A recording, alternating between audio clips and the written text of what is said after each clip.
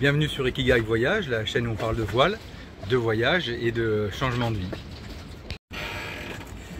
Aujourd'hui, je vais m'occuper de ramener la balancine au cockpit parce que pour l'instant elle est en pied de mât.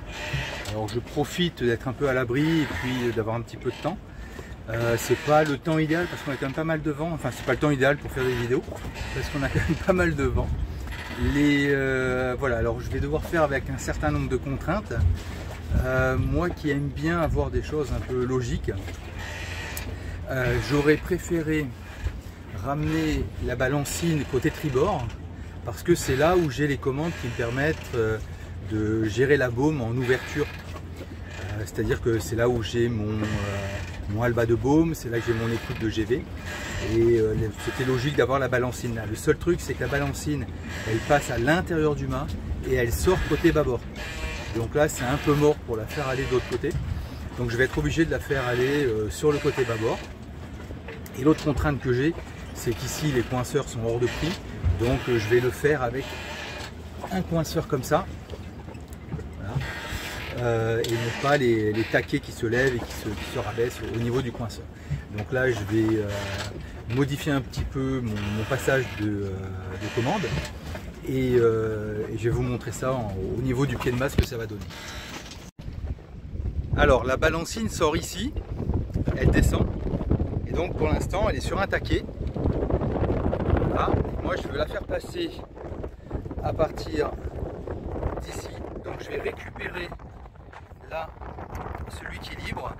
J'ai déjà testé avec une poulie que j'avais et je vais la faire passer. Donc ça pour l'enrouleur de la bosse d'enrouleur de GV, je vais le décaler dans ce trou là, ça sera à peu près pas mal là. Et puis du coup je vais utiliser celui-là, toujours pareil, le même principe, pour faire arriver dans la boîte Area, qui elle n'est pas anti-friction, faire arriver les commandes le plus horizontales possible. Et j'ai de la chance parce que tout passe sous ce cache, donc j'ai pas de... Mes commandes ne sont pas visibles et elles ne sont pas exposées trop aux UV de ce côté là. Et puis surtout je ne vais pas me prendre les pieds dedans. Donc ensuite je vais ramener là-bas. Je vais la faire sortir ici. Alors ce qui me fait encore plus râler, c'est que vous voyez là j'en avais un troisième. Et je ne sais pas pourquoi elle a été enlevée, bon certainement pour des bonnes raisons. Du coup je vais caler celui-ci ici. Et il gênera pas lui, il me gênera pas au niveau du winch. Voilà, j'ai juste un petit peu peut-être m'embêter pour le coincer là et puis le ramener par là. Mais bon ça je verrai à l'usage. De toute façon j'ai pas 36 solutions parce que si je le mets un petit peu plus vers l'amont, il vient en buter sur les sur les bosses. Donc mes alternatives elles sont assez réduite quand même.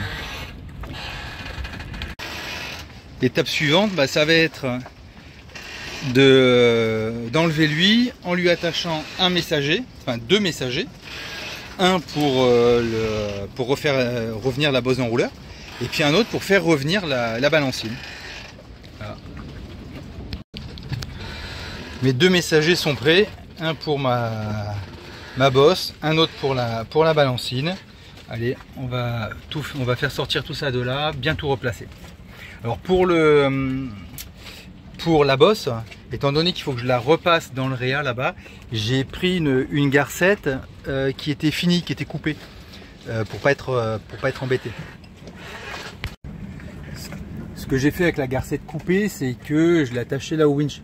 Parce que si je tire un petit peu trop à l'autre bout là-bas et que je fais passer le messager en plein milieu du cache là, ça aura servi à rien en fait. Là en passant sous le cache, il faut bien vérifier que les lignes soient bien claires, qu'elles ne se croisent pas en dessous, sinon ça va faire un frottement très très fort. Alors la visseuse, le mandrin a carrément rouillé à l'intérieur, donc maintenant c'est dommage parce qu'elle est neuve. Je peux m'en servir que visseuse et visseuse en changeant les embouts. Je peux plus m'en servir de perceuse. Bon, heureusement que j'ai encore la bonne vieille perceuse filaire là. Et bon, elle est un peu plus vécue. Pourtant je l'ai souvent fait, hein, mais alors percer des trous sur un bateau, je m'y fais pas. Voilà, les trous sont percés, le coinceur est en place. Alors ce que je fais, c'est que moi j'utilise toujours des mèches à inox là pour pas éclater le gel coat. Et je commence avec une toute petite mèche et je monte. Et ensuite je perce légèrement au-dessus du diamètre de mon boulon. De toute façon là-dedans ça va être blindé de sika.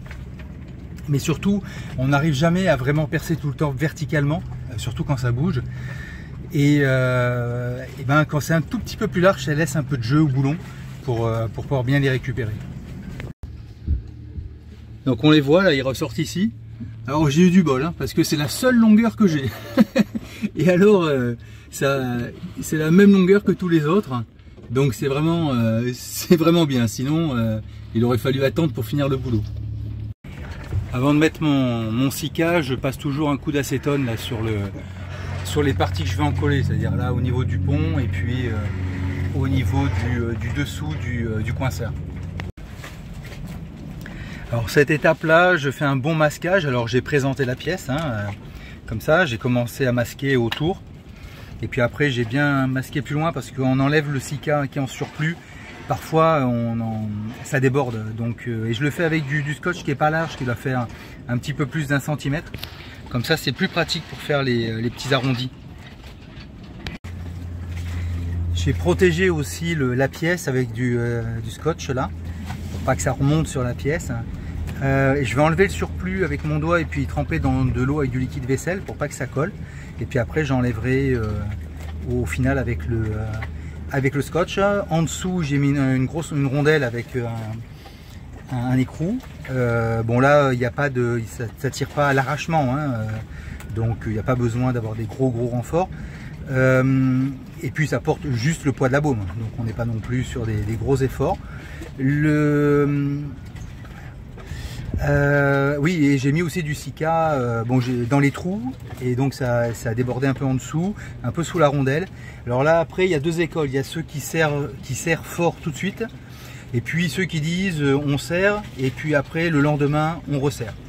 Alors il y a un peu du pour et du contre, hein, quand on resserre un peu plus le lendemain. Ce que certains disent et moi ce que je pense, c'est que les filets qui ont déjà commencé à être collés avec le sika, au niveau du boulon et de l'écrou, on les déchire. Donc il y a peut-être un défaut d'étanchéité, ce qui fait que moi ce que je fais, c'est que je serre comme le serrage définitif directement. Alors ça y est, j'ai enlevé le surplus, j'ai enlevé le mastic, donc là c'est bien, c'est clean, hein, il n'y a rien qu'à déborder. Le peu qui reste là, je le fignolerai demain quand ce sera sec avec une petite lame. Voilà, si je le fais maintenant, ça va étaler le truc partout et voilà, le mieux est l'ennemi du bien, donc on va laisser sécher et puis on finira ça tranquillement demain. Et je ferai aussi les essais sous tension demain pour laisser le sika bien prendre. Alors vous voyez, quand on commence à bricoler sur le bateau, ça devient rapidement chantier entre les sacs, les parties, la castillage, la partie de boulonnerie, etc.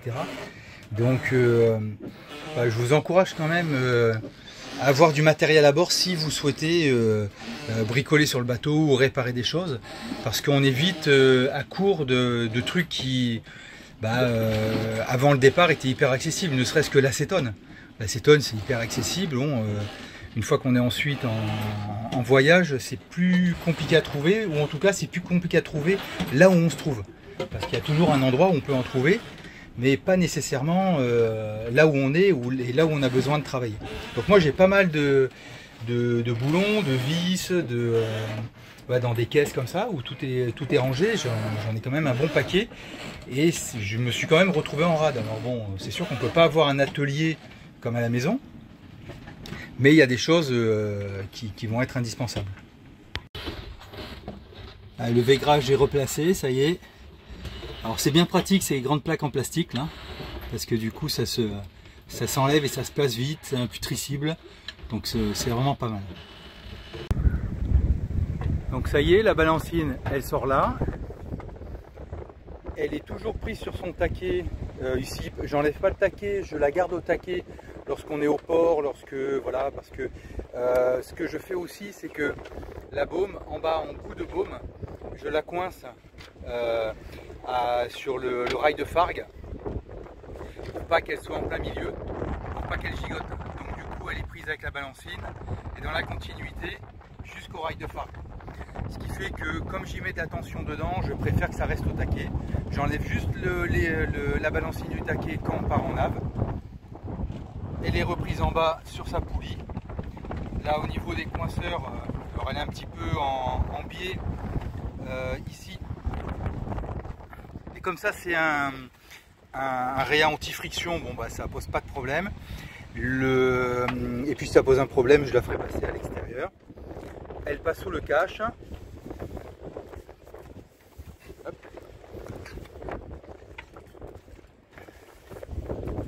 Et puis elle arrive bien claire là-dessous et elle arrive sur son taquet, sur son coinceur ici. Voilà. Alors je pensais que je m'embêterais, en fait non. D'une main je tire et avec l'autre main j'appuie juste derrière et clac, elle se rentre. Voilà, donc encore une fois, c'est la commande de nave, hein, donc il n'y a pas énormément d'efforts dessus, quoi. Alors, si cette vidéo vous a plu, si elle vous a intéressé, n'hésitez pas à la liker, à la partager, à vous abonner. Et moi je vous dis à bientôt pour une prochaine vidéo.